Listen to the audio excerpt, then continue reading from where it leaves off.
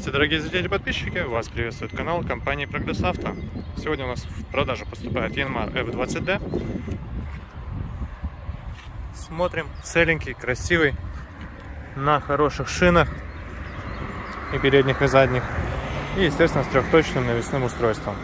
По сохрану кузова все отлично. Здесь без каких-либо нареканий. Также и по, скажем так, салону. Трехточное навесное устройство, без гидрорегулировок.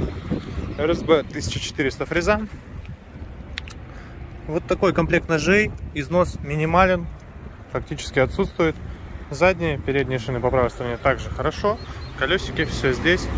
Ну и, конечно же, по косметике по правой стороне все так же целенько. Я думаю, что приятно на него посмотреть. Отличный тракторец. Коробка механическая, так как F у нас. Также простая регулировка положения фрезы, отключаемый полный привод.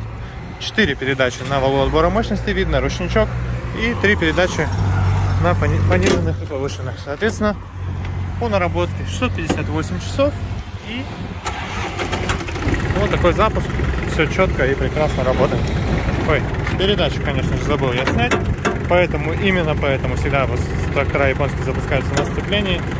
Все передачи, кстати, включаются очень и очень просто. Тормоза также четко. Ну и передачи, посмотрите.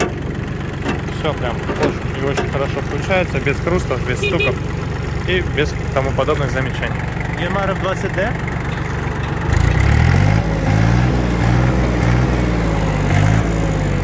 Работает как часы компании Прогресс Авто. Поэтому приезжайте к нам, будем рады.